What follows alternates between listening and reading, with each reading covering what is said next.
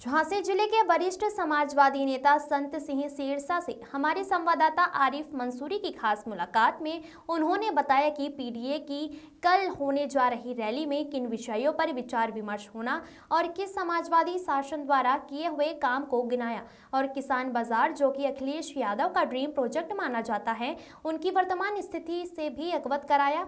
और श्री सिरसा जी ने अपनी 2027 के चुनावों में उनकी पार्टी की क्या रणनीति रहेगी इस पर भी रोशनी डाली गई।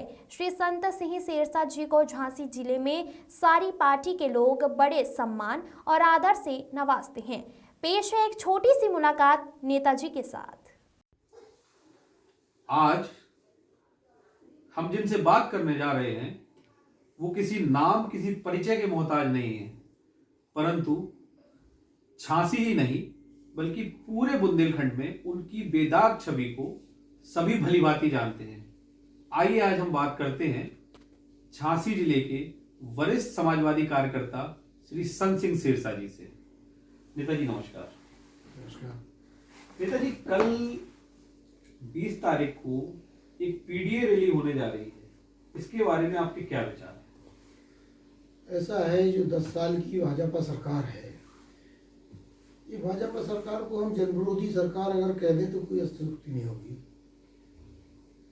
किसान की बुआई हो जानी चाहिए थी 15 नवंबर के पहले पहले, अभी उसको डीएपी नहीं मिल पा रही है। अब ये उसकी बुआई चली जाएगी दिसंबर के एंड तक और उसकी पैदावार 2 कुंटल बीघे के हिसाब से ऑटोमेटिकली खत्म हो जाएगी, क्योंकि जब वो 1-1.5 महीने लेट हो रहा है तो उसकी पैदावार स्वाभाविक रूप से कम हो जाएगी। लगभग देश का 70% जो आबादी है देश की कृषि पर आधारित है और किसान को पूरी तरह बर्बाद करने का इरादा सरकार ने बना लिया है, केंद्रीय सरकार ने और प्रदेश की सरकार ने। हमने देखा है कि जब हमारे माननीय राष्ट्रीय अध्यक्ष आदरणीय अखिलेश यादव जी की सरकार थी, चना मटर मसूर के दाम 6,000 से 7,000 के बीच में रहे पूरे 5 साल। जब से ये सरकार उत्तर प्रदेश में बदली है बीजेपी की, 3,000 से 3,500 के बीच में है। ये आय दोगुनी हो गई किसान की। कहाँ 6,000 से 7,000 के बीच में थे चना मटर मसूर के दाम, और जब से बाबा जी की सरकार बनी है तब से 3,000 से 3,500 के बीच में हो गए। ये इनका किसान को की आय दूनी करने का एक तरीका है।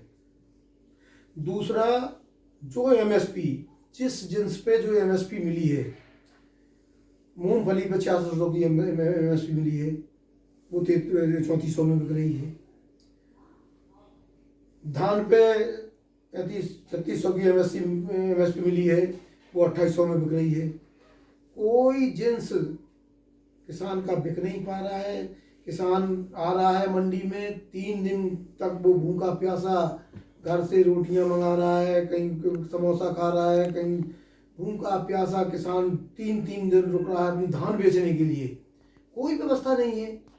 हम लोगों ने भी सुझाव दिए थे कि भाई कुछ क्रय केंद्र बढ़ा दिए जाएं जिससे वो भीड़ इकट्ठी ना हो, सड़कों पे जाम ना लगे, लेकिन कुछ नहीं हुआ। सड़कों पे अभी 1.5 महीने से समथर की सड़क जाम है, मोठ की मंडी के आगे वाली सड़क जाम है। जहाँ जहाँ ये क्रय केंद्र बनाए गए हैं वहाँ सड़कें जाम है। भाई तुम 2 की जगह 20 क्रय केंद्र बना दो, तुम्हें खरीदवाना ही है कहीं। टारगेट तुम्हारा जो है, टारगेट जब तुम्हारा है तो 20 जगह खरीदवा दो, महीने भर में खरीद हो जाए और सुविधा से खरीद हो जाए, किसान आए बेच के चला जाए। क्यों उसको 3-3 दिन रुकना पड़े? किसान की हालत बहुत नाजुक है, बहुत गंभीर है। अब किसान के लड़कों की बच्चों की पढ़ाई लिखाई के बारे में आप सोचें तो क्या कर सकते हैं आप, जब उसकी आमदनी आधी हो गई है। इनके दुगनी आय दूनी करने के नाम पे उनकी आमदनी आधी हो गई है।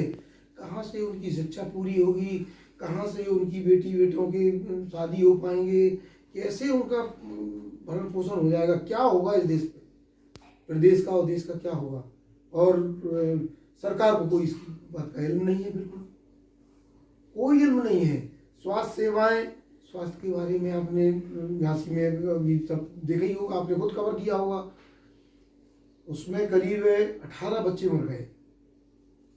उन बच्चों का 2-2 दिन 12-12 घंटे के, 8-8 घंटे के बच्चे, उनका क्या दोष था? जल के मर गए बच्चे।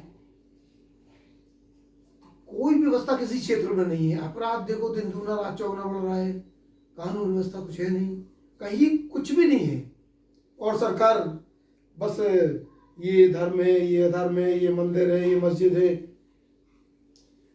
अब सिर्फ इतना काम रह गया है कि खेत में खुदाई करवा दो, रात में वहाँ मूर्ति रखाओ, सुबह खुदाई करवा दो, यहाँ मंदिर था, ये खेत किसका है, इसको सब सार्वजनिक जमीन घोषित करो, इसको उसमें मंदिर बनाओ, उसमें ये। तो मंदिर मस्जिद में इतना उलझा दिया आदमी को कि आदमी पूरी तरह से किंग कर्तव्य विमूढ़ हो गया कि क्या करें हम। उसकी आमदनी का कोई जरिया है नहीं, पूरे दिन ना रात आदमी। अभी आप देखे हो गांव में चले आप, हर गांव में अभी 4-5 डिग्री और 6 डिग्री है, हर गांव में आदमी अभी जानवर रखा रहा है। हर गांव में आदमी एक थोड़ी सी मचान बना ली कि कोई जानवर उस पर अटैक ना कर दे। पूरा खेत दर खेत आदमी वहाँ लेटा है खेतों पे, और ऐसी ठंड में पानी लगा रहा।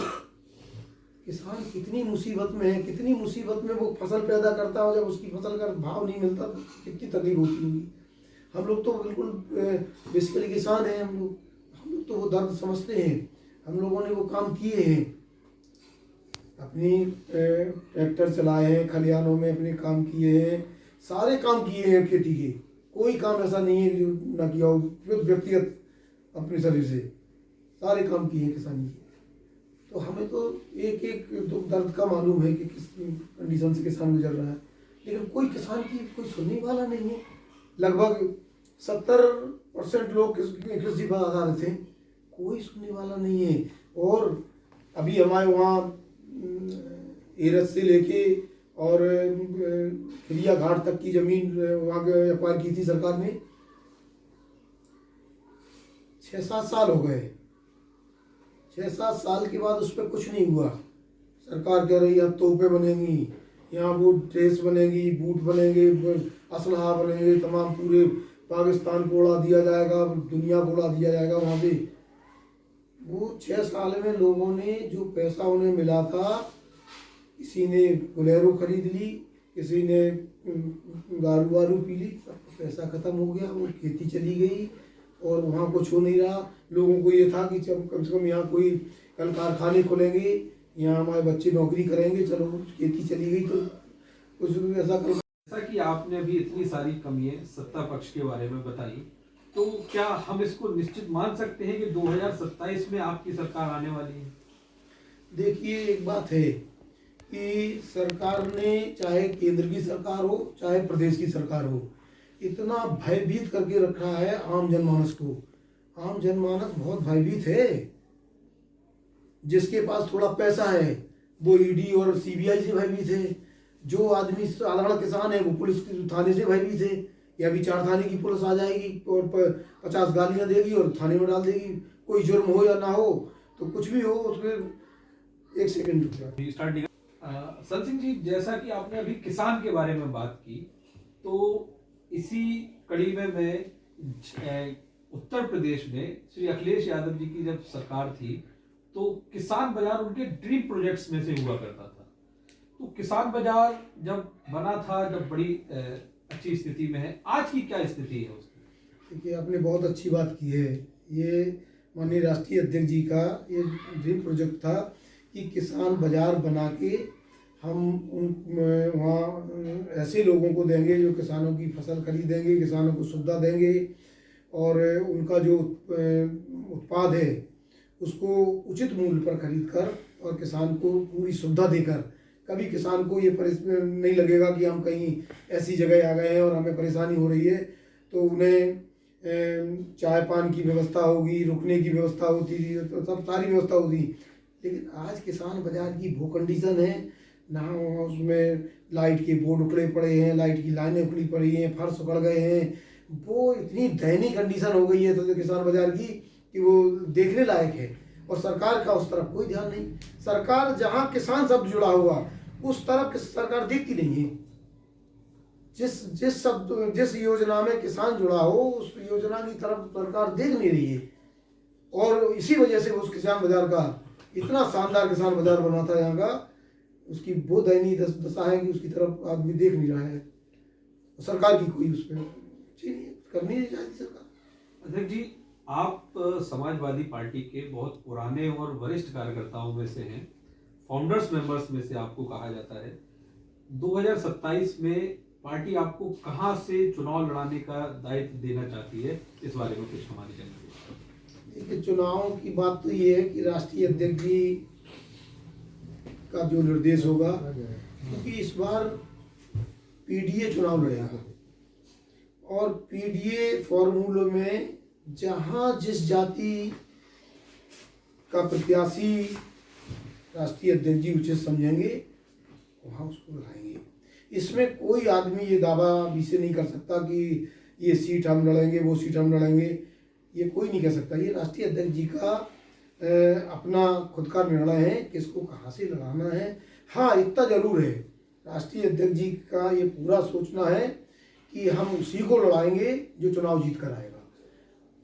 जब राष्ट्रीय अध्यक्ष जी ने ये तय कर लिया कि हम सिर्फ और सिर्फ जीतने वाले कैंडिडेट को ही लड़ाएंगे, जब जीतने वाले कैंडिडेट लड़ेंगे तो सब जीतेंगे, जीतेंगे तो सरकार बनेगी।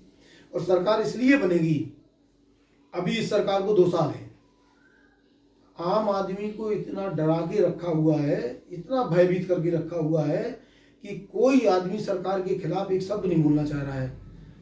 और दर्द इतना है, पूरे शरीर में दर्द है आदमी को, लेकिन कोई आदमी अपना दर्द बताने को तैयार नहीं है कि हमें कहाँ दर्द है। बहुत पीड़ा है आदमी को, लेकिन आदमी को इतना भयभीत करके रखा है कि कोई आदमी अपनी पीड़ा उजागर नहीं कर पा रहा है कि हमारे पैर में दर्द है, कि पीठ में दर्द है, कि सर में दर्द है। कहाँ दर्द है कोई कह नहीं पा रहा है, इतना भयभीत है आदमी। आम जनमानस, इसमें चाहे व्यापारी हो, किसान हो, कर्मचारी हो, चाहे जो हो, समाज के हर वर्ग का आदमी बहुत भयभीत है और बहुत परेशान है अपनी पीड़ा के। और एक बात और हम कहना चाह रहे हैं कि जनमानस की बात है, भाजपा के चाहे संवैधानिक पद पे बैठे हुए लोग हों, चाहे संगठन से जुड़े हुए लोग हों, वो लोग भी बहुत दुखी है। हम लोगों से तो बहुत मिलते रहते, हम लोगों से किसी की कोई दुश्मनी तो है नहीं, दुआ सलाम होती है, हाल चाल पूछते हैं, अरे साहब बहुत हाल। तो दुखी तो हम लोगों से, हम लोग तो चूंकि विपक्ष में हैं, तो हम लोगों के साथ जो व्यवहार हो रहा है हम लोग तो उसको स्वीकार करते हैं, भाई हम लोगों के साथ तो उनको ये व्यवहार करना ही है। जो उनके संवैधानिक पद पे बैठे लोग हैं, संगठन के लोग हैं, वो लोग जितने दुखी हैं, हमसे ज़्यादा दुखी तो वो लोग हैं। तो ये चुनाव हम लोगों के जीतने का ये बहुत बड़ा कारण ये भी है कि उनके लोग बहुत दुखी हैं। और दुखी इसलिए है कि वो किसी को कह नहीं पा रहे हैं, कहते हैं तो उन पर और दुनिया की जांचें फांचें और दुनिया की तमाम की समस्याएं बढ़ जाती हैं। कोई किसी से कुछ नहीं कह पा रहा है। हालात बहुत गंभीर हैं, देश के प्रदेश के दोनों तरफ के हालात बहुत गंभीर हैं, किसी मामले में कोई सुनने वाला नहीं है। ये है सर। जैसा कि देखा आप लोगों ने कि शेषा जी ने वर्तमान सरकार के बारे में कई सारी कमियां बताई। किसान बाजार जो कि अखिलेश यादव जी का एक ड्रीम प्रोजेक्ट था, उसकी आज बर्बर हालत के बारे में भी चर्चा हुई। और शेषा जी बिल्कुल आश्वस्त हैं कि 2027 में पीडीए की सरकार समाजवादी पार्टी के साथ में बनने जा रही है।